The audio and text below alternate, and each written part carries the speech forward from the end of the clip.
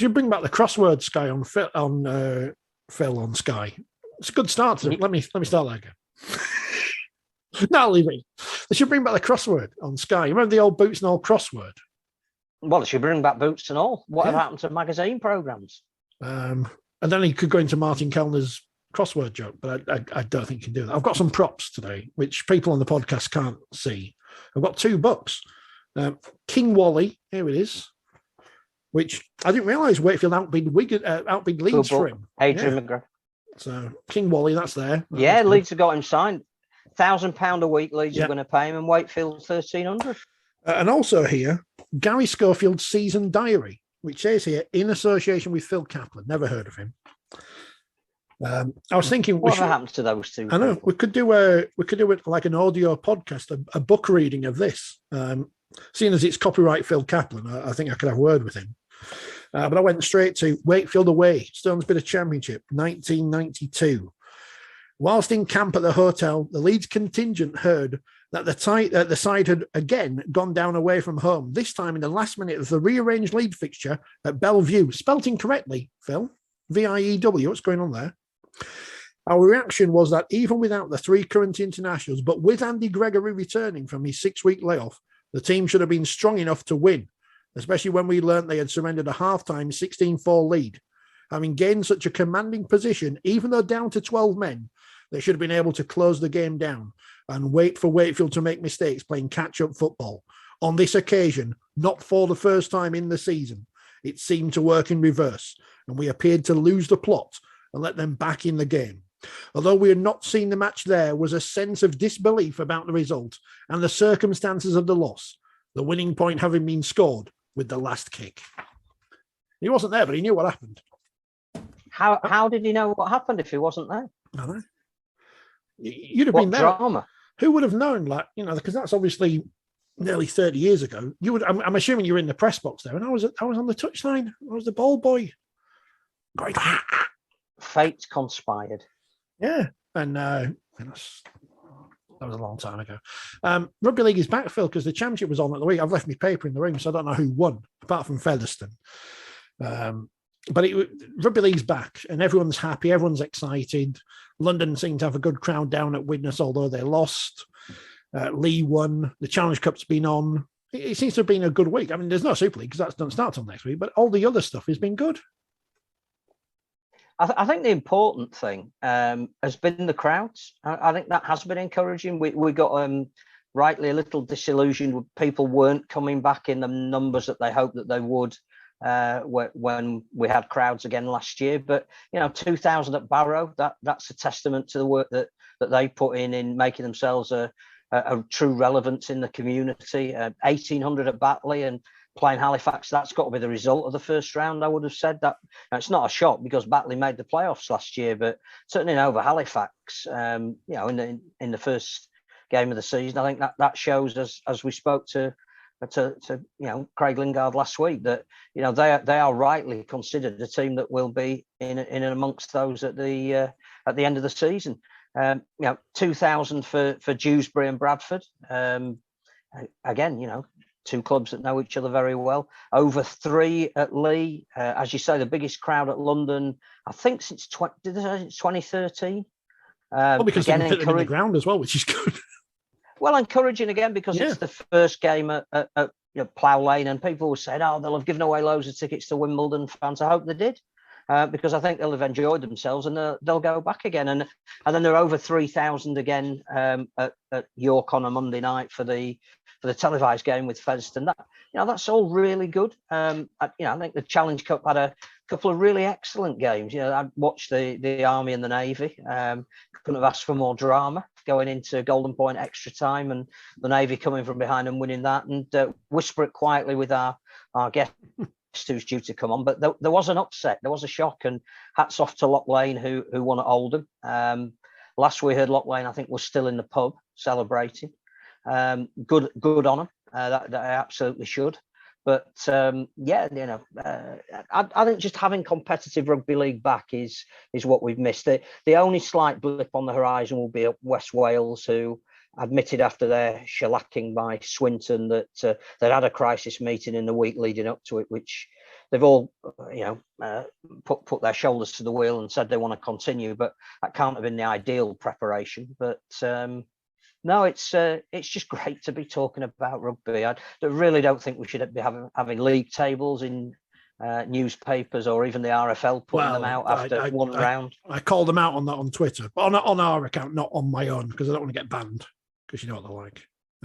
I think when West Wales come to Hunslet, I might have to take my boots, because I might get a game which is not good. I mean, hopefully West Wales can find their feet, and no one wants to see anyone fail or lose by big scores week in, week out. So no, and again, I think we mentioned with the guys at Swinton, and no doubt we'll talk to our guest about it. It's really difficult to plan to play in the Challenge Cup when you're a side that is actually trying to peak in 2 months' time when your league season starts. And it's the league season that will determine all of your income, all of your season ticket holders. Even if you'd have won this round of the Challenge Cup, or maybe gone a little bit further, it in some ways for clubs in League One, it's a distraction. And it's the same in football. We're not making excuses. It's just very hard to get your team to peak 2 months before you need them to properly run out on the field. So the Challenge Cup draw's been made. Those games come up in a couple of weeks. Is it next weekend? I think it's next weekend. Yes, when the Super League's back. So that'll be exciting. Speaking of Featherstone at York, I haven't seen the coverage because I haven't got Premier, but I've seen the clips. And it doesn't matter what I think. Well, he does want to write my column, but that'll come when I've seen it. But amazingly, social media, people in rugby league, all positive. Someone asked me on Tuesday, who used to work within rugby league, how did it go? And I said, well, I haven't seen it, but everyone's been positive, and what people in rugby league are like. So amazing scenes. Everyone's happy. The viewing figures, 51,000 is the average, apparently, although we'll see the proper figures come through in a couple of weeks. And the key now is to maintain those numbers and grow them, because as we saw with Bulls Live, and that was free on Facebook, massive numbers for the York-Bradford game in the first one, then they went as the season went on. So, fingers crossed that no one wants to see anyone fail. So hopefully it's good. And, obviously they've got the best commentator in the business there. So it's all good. I think the important thing is that the choice and selection of the first two games have been absolutely right. So to go to a modern, bespoke stadium in York, to have, three sides open, to have real atmosphere, that helps. To have two sides that have real aspirations to be in the mix, that's great. The Featherstone fans were loud and proud.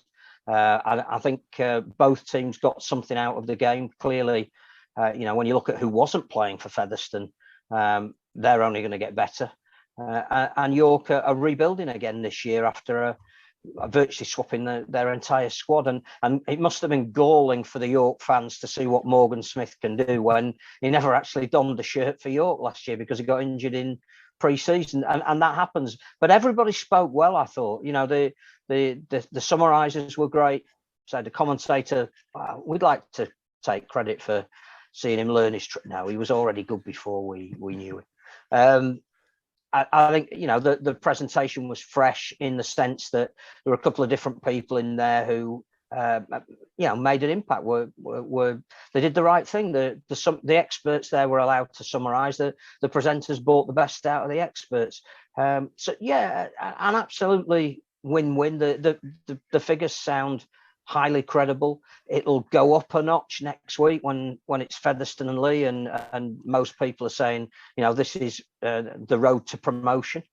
And it's a very important stepping stone in that early in the season. There'll be a big crowd. There'll be a great atmosphere. It'll be probably a little bit more hostile than it was at York, but it'll be great television. There's a lot made about Brian McDermott's interview pre-match with Ross Fiddies on the touchline, who is relatively inexperienced in that role, but a real rugby league man.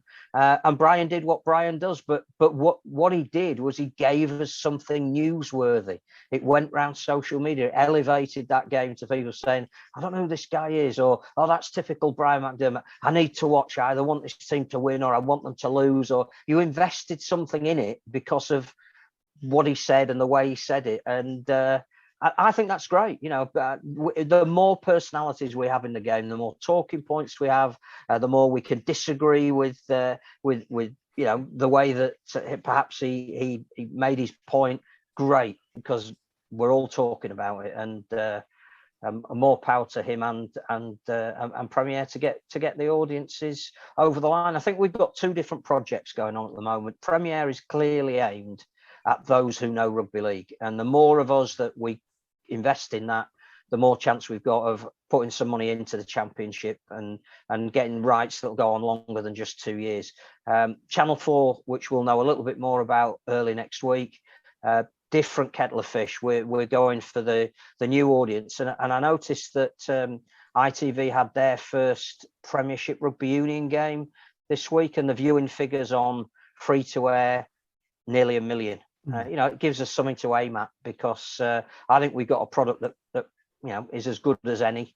And if we can get the right people presenting it at the right time of the weekend, then we should be going for a different audience as well as the core. And that's going to be the challenge.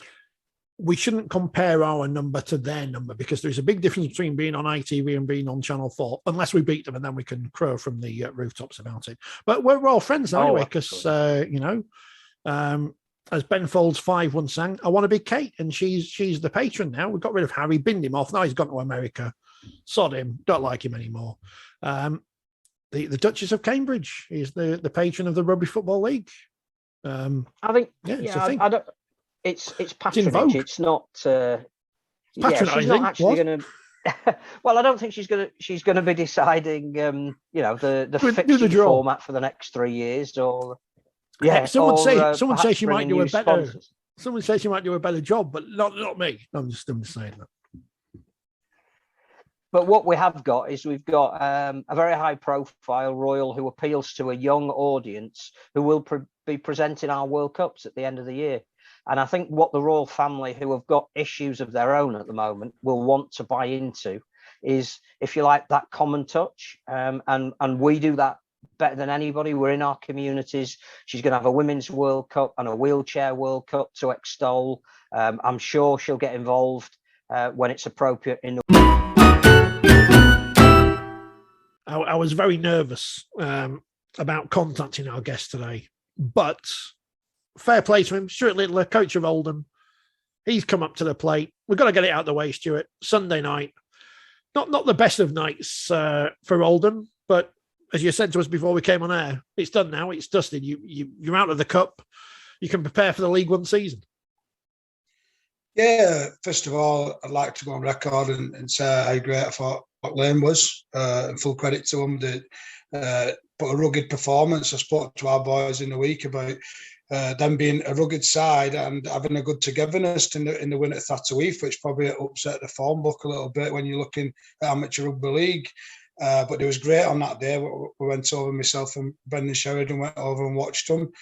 And we expected them to perform to the best. Obviously, flipping that on its head and giving them the credit that they deserve, we're a bit disappointed in our own performance as a whole, as a club. It's not on the players. And I sit at the top of the organisation, so I'm accountable for everybody on that performance side, and it lies with me at the end of the day. So I can only fully apologise to the fans for our performance on the evening. If you want to look for excuses, there's a few excuses out there, but I'm not one to look at that and look inwards and look at ourselves and what we can do better.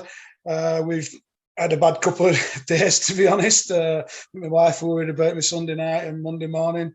But then you start coming around, you review the game, see what we did well, because we did have patches where we did some good stuff. We did some good stuff defensively. We had a lot of trapping Loch Lane down in their own quarter, in their own half. But then we just didn't capitalise. We had 46% completion rate at half time. I asked the boys, I said, we need to control the ball better. We need to get to our kicks. And in the second half, we've completed 6 out of 18 sets. So we've had ample ball. We've had ample good ball down that end, and we've just not turned the screw. We've not built any pressure. And eventually, you know what I mean? The further we get into the game, truly believe if we scored a try when we break it, we maybe win that game, but it didn't go in our favour, and that's nothing about the boy. Like I said, we're a team together, and that's gone. We move on, but I just think they got a leg up, and then you start to believe, don't you? And like I said to the boys in the week before, I said I've been an amateur player and played a professional. It was years ago, but it's the biggest day of your life, isn't it? And you're playing a professional team, and once you get to a certain point in a game and you start looking at the clock, and then you get 2 tries in front, and then it's come on, it's on, and you know, and everybody feels special. You can see exactly what that meant to Loch Lane at the end, which obviously any other night I'd have probably been buzzing for them, you know, and everyone loves an underdog, don't they? And any other night I'd have been probably riding them home myself, but I thought we would come back, and I thought we could get back in the game, but it wasn't to be. And like I said, full credit, we wish Loch Lane all the best. I thought they were well structured on the night, great team, great coach, and I wish them all the best in the next round. From our point of view, loads of learning points, loads of opportunities for us to grow over the next few weeks. We've now got to probably arrange some games where we thought we may have had games anyway, and that becomes a bit difficult in itself with the Championship and Super League getting underway so soon. But hopefully we can get with some clubs who are already out the cup like ourselves.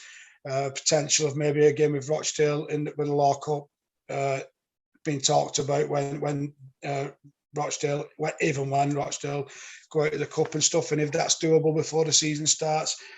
So there's options there, and if not, there's the pause sessions and stuff what we can run.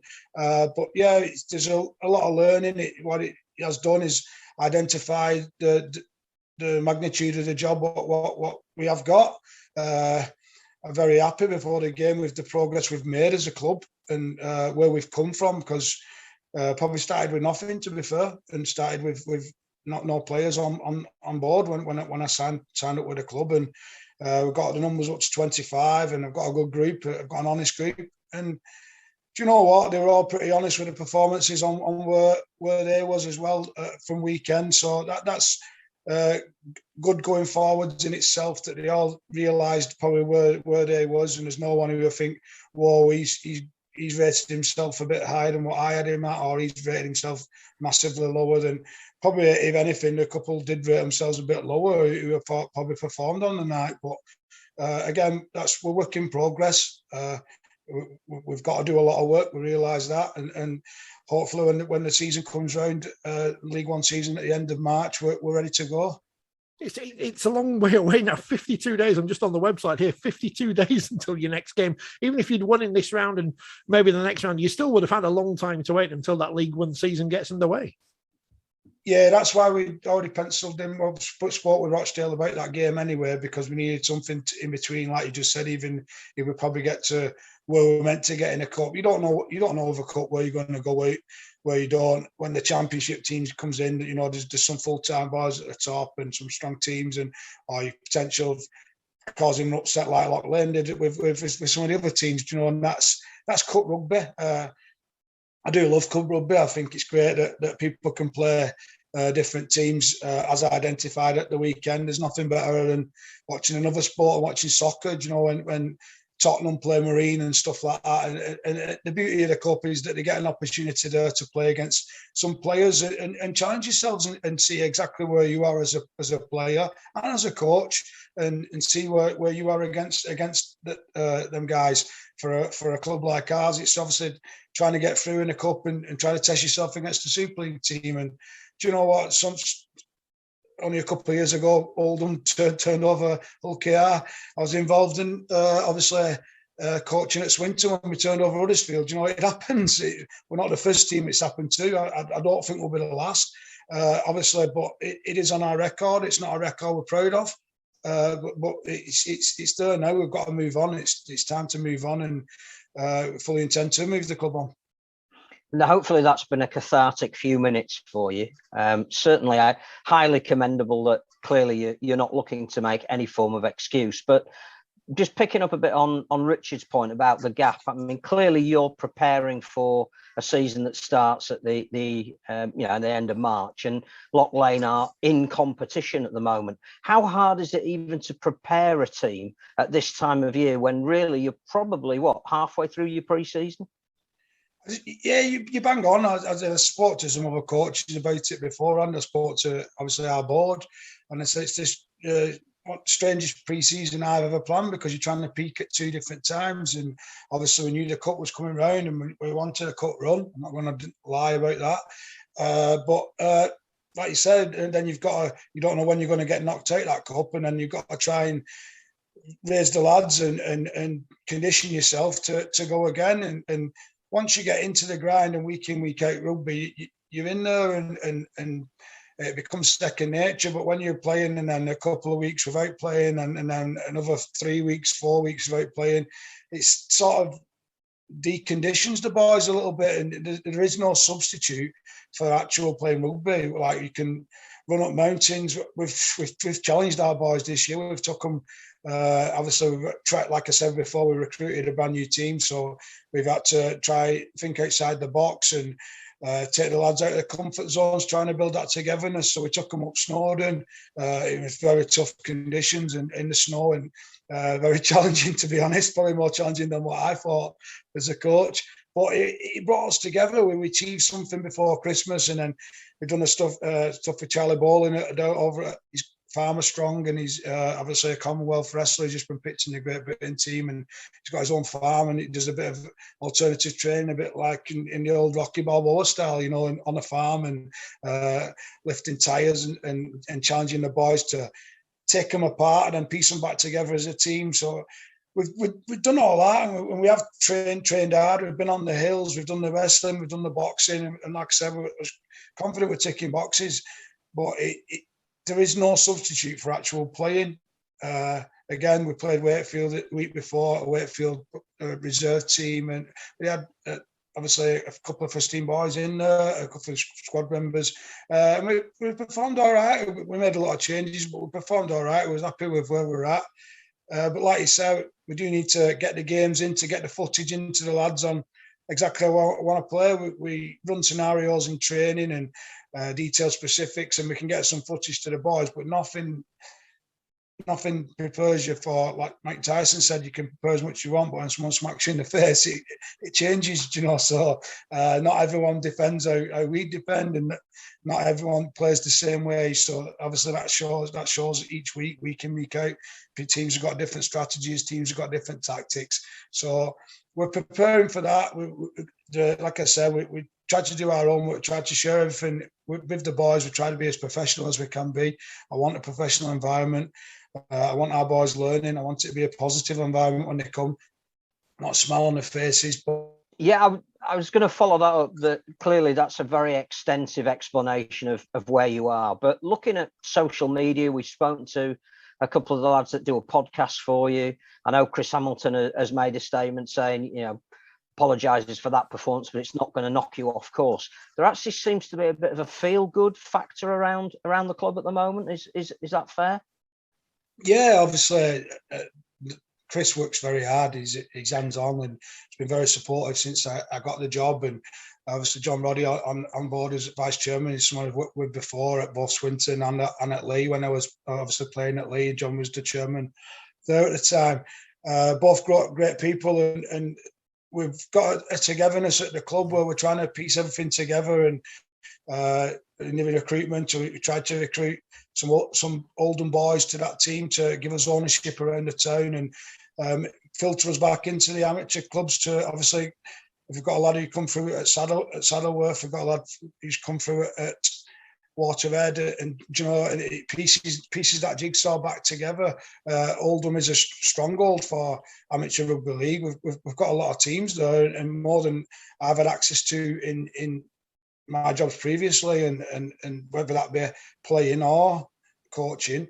So it is a hotbed of rugby if we can nurture that and grow it. But the only way we're going to do that is by everyone pulling together. I think before there's been relationships fractured and stuff, and it's our job as owners of our jobs at the moment is to pull everything back together and get everyone singing from the same hymn sheet.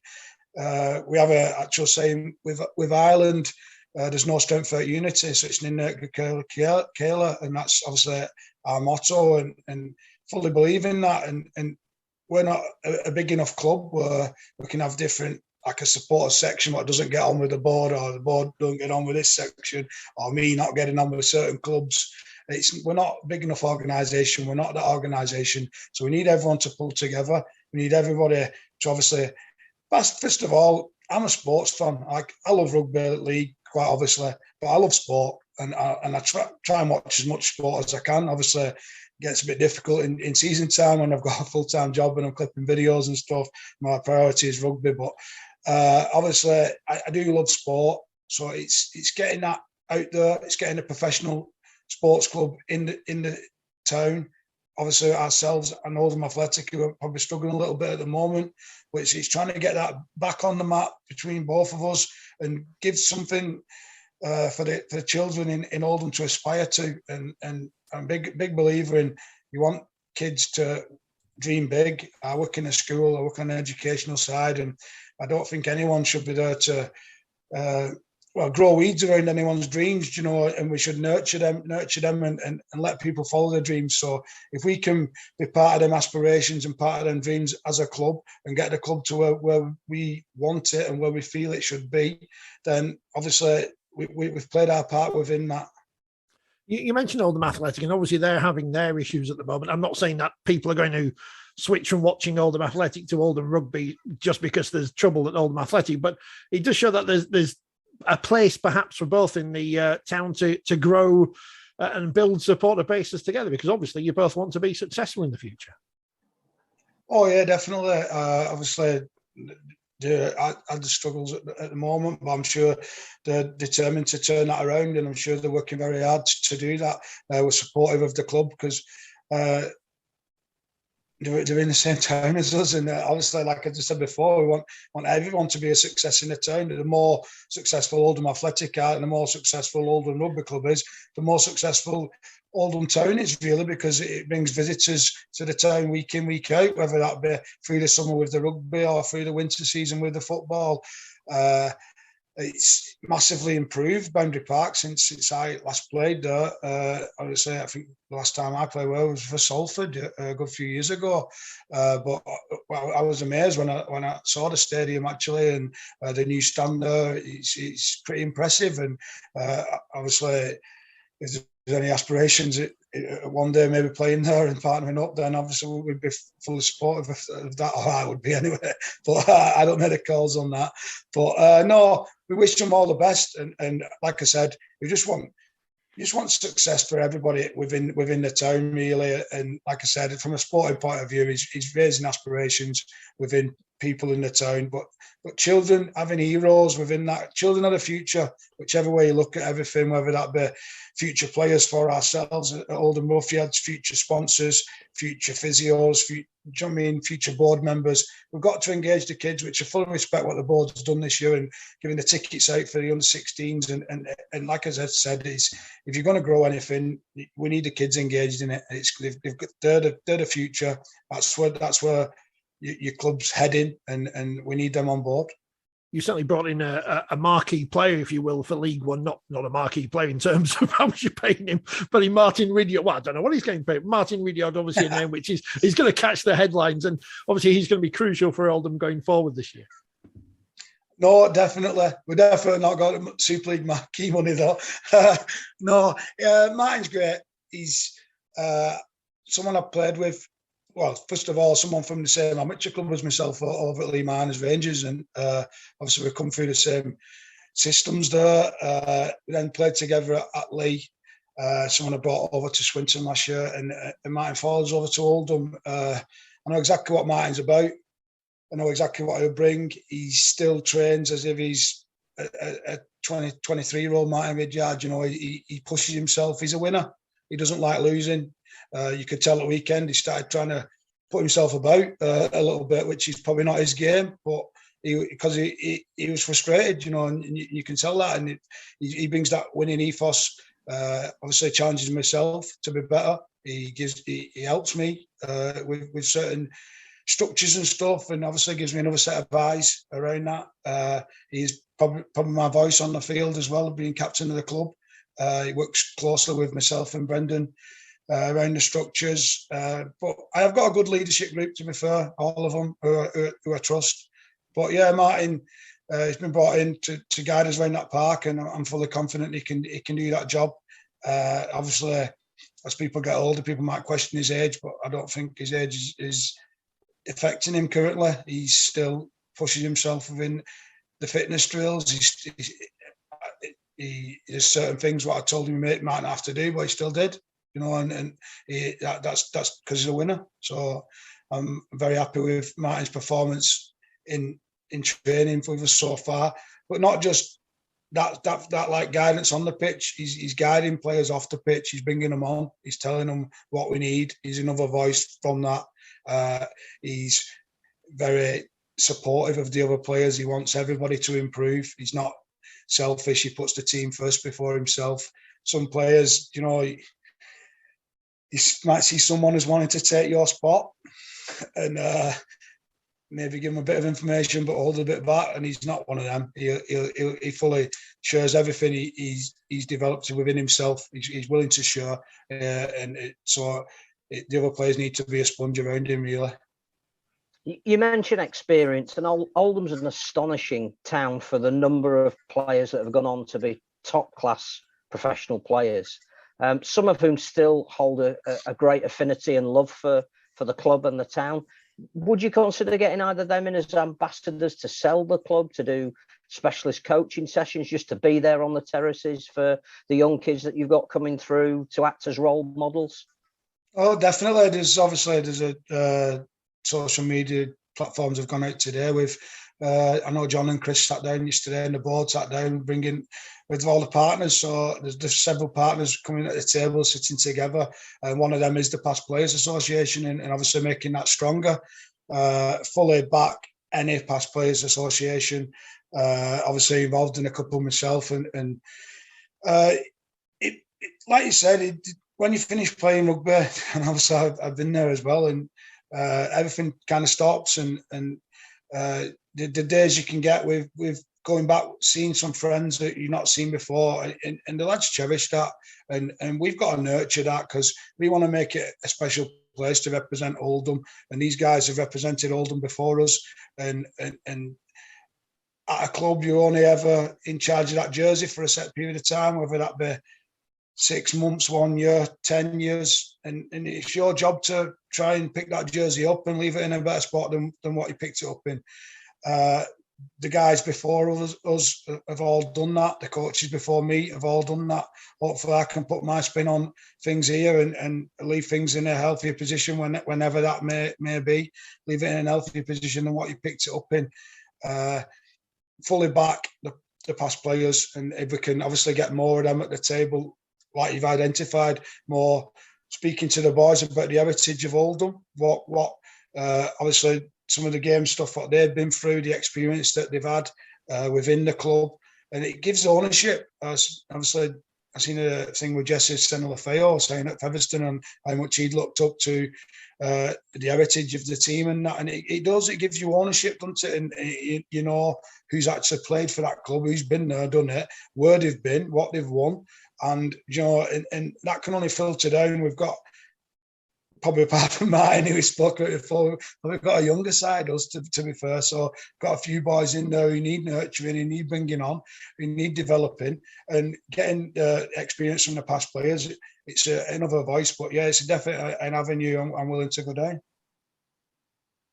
And somebody can tell them how cold it used to be playing at the Watershed, because they'll never believe it. I can believe you. I keep saying to Chris Hamilton, "Are you sure it's not a ski resort, Oldham?" We've been speculating about how League One might go this year. We've talked to the Hurricanes, we've talked to Swinton. We're hopefully doing something with Hunslet in a couple of weeks' time. How do you see it? I mean, clearly you'll be one of the favourites, having come down to go up. What do you think League One's going to look like this year, and how important is it to to mount a promotion push over the next 2 years to sit yourselves in the Championship, where obviously clearly you're a club that's geared up for? Yeah, I think it's going to be very open. I think there's a few teams who can knock each other off on the day, and it's going to be who turns up and who gets them consistent actions. Obviously, there's a couple of squads who have been identified by others as being the strongest squads in the league. But yeah, we're quietly we're working progress, and I'm happy where we're at, and feel each day we keep working harder, and we keep closing that gap on certain teams. I do think it is wide open really with the promotion. I wouldn't say there's anyone really. Obviously, Swinton had a massive win at weekend against West Wales, and they've been in a bit of form to start the season, haven't they? Keighley have been spoken about as favourites, but Hunt's had a great win there at weekend, and since Alan Kilshaw went in, they've sort of hit some form at the back end of last year. North Wales had an outstanding year last year. Doncaster coached very well. There's a lot of teams up there, and he'll be punching around. And if you're not on your mettle, obviously I know the work that Andy Mays done. I'm still close friends with Andy, and I'm good friends with Matt Calland, and I know that there are local rivals, and I'll say want to beat them when we play them. But no, everybody's working hard and they're doing great stuff with the money what they've got. What people probably not. Obviously, the rugby people do know, but there's been massive funding cuts this year. Within the league and stuff, and clubs have had to balance that and find new ways to go about growing your club and growing your organisation and growing, like you just said before, growing off the pitch as well as on it and becoming self-sustainable. And that's got to be done organically and both in recruitment of players and pathways and how you go about that, but also what product you're putting on the pitch. That's where obviously I'm worried about. That's why I was disappointed with the other day with how we've turned up. But no, we've got to grow it. I do feel it's the league's wide open. I do feel that quite obviously the most consistent team will win the league. There's a couple of spots open there, and then if you get into the rugby playoffs, it's on the day into there's sort of two competitions within one. Everybody's aiming for the top spot straight off. But then if you don't get that, then you're in for a playoff play. Aiming to finish as high in the playoffs as you can, so you get an home path into the final if you can get there. But yeah, I think it will be a testing league. I think it'll be a very exciting league. Looking at it, I think there's a balance between the three leagues at the moment. I think the Championship will be really exciting as well, and obviously the Super League's not started yet, but I think we've got a good product between the three leagues. I think we've got an exciting product. Hopefully we get some good footage out there what people can watch and get engaged with to become fans themselves. I see there's a lot of clubs doing good stuff off the pitch and growing the game, and we've got to nurture that. And like I said, even though obviously I want Oldham to be a success, I want Rugby League to be a success. So I think we have got to grow in areas what we're not in currently. I'm pro expansion. I'm all supportive for that. I think the Hurricanes are doing a great job with promoting the game. Obviously, Cornwall just got engaged. For me, we need a strong London side, or two strong London sides, even better. And we need to grow that, but also we've got to be strong in the heartlands where it's probably our bread and butter, and people who fully are supportive to the teams, whether them be from towns, cities, wherever they're from. It's the lifeblood of them areas, and yeah, I do think it's going to be a good year. Before we move on to the World Cup, I've got to ask, my geography knowledge is useless, that side of the Pennines. I know where Manchester is and Liverpool's further on the coast, but Oldham, you're playing back in Oldham. How important is it to be back in the town this year for your side? Massive, mate. I feel massive. Obviously, I've not been at the club long, but I do think it is big to play in your own town, to have that ownership, and to get people on board. Sometimes it's harder to sort of say we're Oldham, but we're playing somewhere in another town, and you've got to travel here to play us. And getting that ownership of your own ground. It's hard if you're not there all the time and you're trying to grow outside of the borough, and people have got to get buses to games, or maybe obviously different transport avenues. But it becomes harder, doesn't it, when people can turn up on the doorstep. Makes it a bit easier if there's on and ahhing and they're kind of watching out for the games on, and that could be a swayer some days, because is it round the corner, or do we have to set off on a journey to get there? And it could be, oh no, well, such a boy's on the TV instead, I'll watch that. Whereas if it's on your doorstep, I think it's there. You can get out and about around the surrounding areas. You can get into the local amateur clubs and try and engage them. Like I said, you've got different avenues to promote that support. I'm fully willing to back anything what the club want to try, and our support, our players are as well.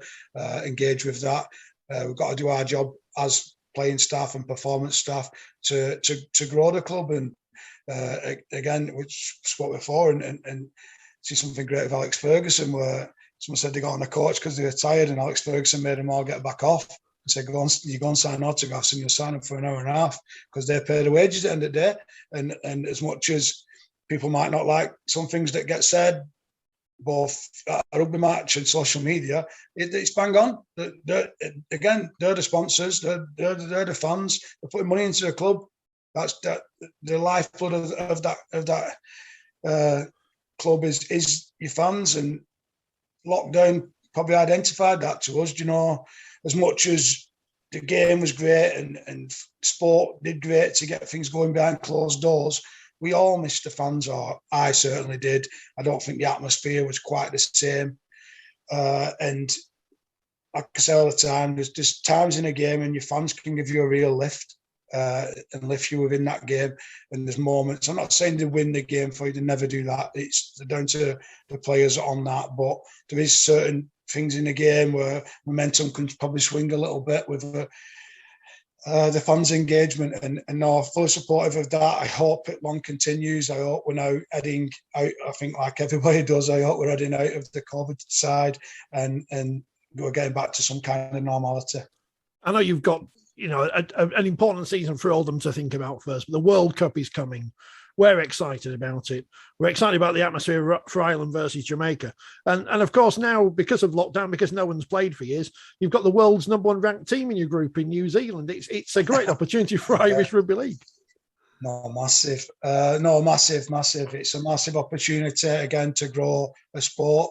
We're trying to grow a sport in Ireland. We are growing our footprint. There's loads of good stuff going on domestically. Obviously with the club side and the youth sides, the women's rugby now. It's growing, and there's more of a, not full collaboration, but more of not us against them with the union, but more accepting each other and how we grow together and maybe use each other with that. What we have always had is players with the transferable skills, whether that be from rugby union or from the Gaelic games. There is transferable skills there. But again, them boys just need rugby. They've not played as much rugby as the lads who's come through from under 7s, under 9s, under 11s over here and played all the way through. The lads haven't got that experience. And if you're coming from another background, like I tried to piece it together, that if I played rugby union, I don't know the ins and outs and the specifics of everything, but when I come under the pump, I think I'd go back to my rugby league habits. And I think that happens sometimes with when we're playing some of the boys within the games and stuff, and when you're looking into the finer details of what we're looking for. But no, massive year ahead for us. You just touched on the game with Jamaica. So obviously Jordan Andrade plays for us at Oldham, and he's hoping to get in the Jamaica squad for that one. So I said I'm loving him all year, apart from probably that day. But no, we're looking forward to it. Jamaica's done some great work at promoting themselves and promoting the game in Leeds. We're intending to do our own promotion around that and supporting with that. We've got a group what I think we can be successful in. But I'd imagine a lot of the teams in there, New Zealand are a standout team. Like everybody knows, you just said they're identified as #1 in the world at the moment, so you don't get that tag lightly. So there's no illusions of how tough that challenge will be, but it's one what I think we can grow into if we put our best foot forward in the games against Jamaica and Lebanon leading up to that New Zealand game. So yeah, there's plans in process with Ireland. We obviously planned for the last World Cup. The World Cup never was kind of thing. It's still the 2021 World Cup into this year. So yeah, we're really looking forward to it. We've got some things planned throughout the year, touching base with the boys.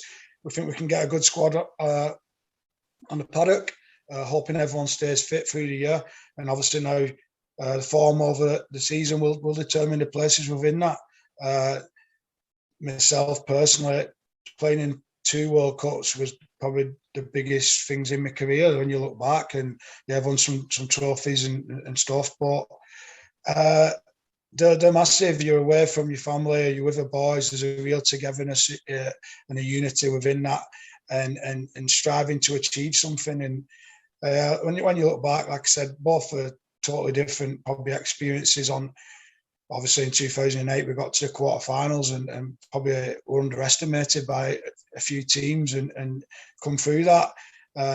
In the 2013 one that I played in, we was in probably group of death with the other 3 teams in the group, ended up being in the semi-finals. So it was probably that game with Fiji in the first game that probably determined who was going through with that one. But the crowds, again, massive. It's massive for the players. It's the best players in the world will always there on shore, and we're delighted to play our part within that. And again, anything we can do to grow crowds or support that event. If anyone's listening and just thinking, should I get a ticket, should I not, get involved. It's going to be massive for the rugby league community. It's a real chance for us to put a big footstep within sporting community in the country and in obviously the Northern Hemisphere. You know, it's our opportunity, and I think again, like we just said with Oldham, we've got to get everyone who has any affinity to rugby league to pull together to make that the most successful tournament it's ever been. Time is going to run out on this. I tell you, the people on Radio Manchester must love you, Stuart, because you ask a question, you're on for about 5 or 6 minutes answering it. It's brilliant. Phil, have you got a short question? A question that Stuart can answer in about 2 minutes. Well, the question will be short. It's the answer. I think just going back to Ireland, you say if anybody's thinking of buying a ticket, this is the group they should buy it for, because you've got the Irish who know how to sing and have a party, the Jamaicans, the Lebanese, and the New Zealanders. If that isn't the group of atmosphere, I don't know what is. Just very quickly, I know I've spoken to people like Louis McCarthy Scarsbrook and Kyle Amor a lot about still wanting to represent Ireland. They had a fantastic time when they did. Are they the kind of players that you would hope will still be involved once the World Cup comes around? Yeah, obviously we've got a wide pool of players going from Championship, League One, Championship, domestically.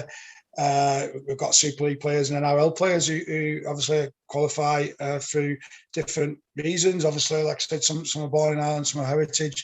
But yeah, we're all put that green jersey on, and we're all proud to represent Ireland. You bang on. Everybody who ever represents Ireland, and it will tell you the togetherness in that squad and that unity. It's unreal, and it is the best times of your life. And I fully intend the World Cup to be the next part of that chapter, you know, for our team. I don't think I've ever experienced. I don't think I've ever experienced an atmosphere like the England-Ireland game at Headingley in 2000. So if it's anything like that for the 2 games at Headingley and the one, of course, at Leigh, which you must be inviting all your family and friends and everyone from Leigh to support you. It's going to be great. Stuart, thank you very much for your time. Much appreciated. Enjoy the next 50 odd days before you get to get your side out there on the pitch again. And good luck for the rest of the season at Oldham, and fingers crossed all the positivity that's going on off the field transfers on the field as well.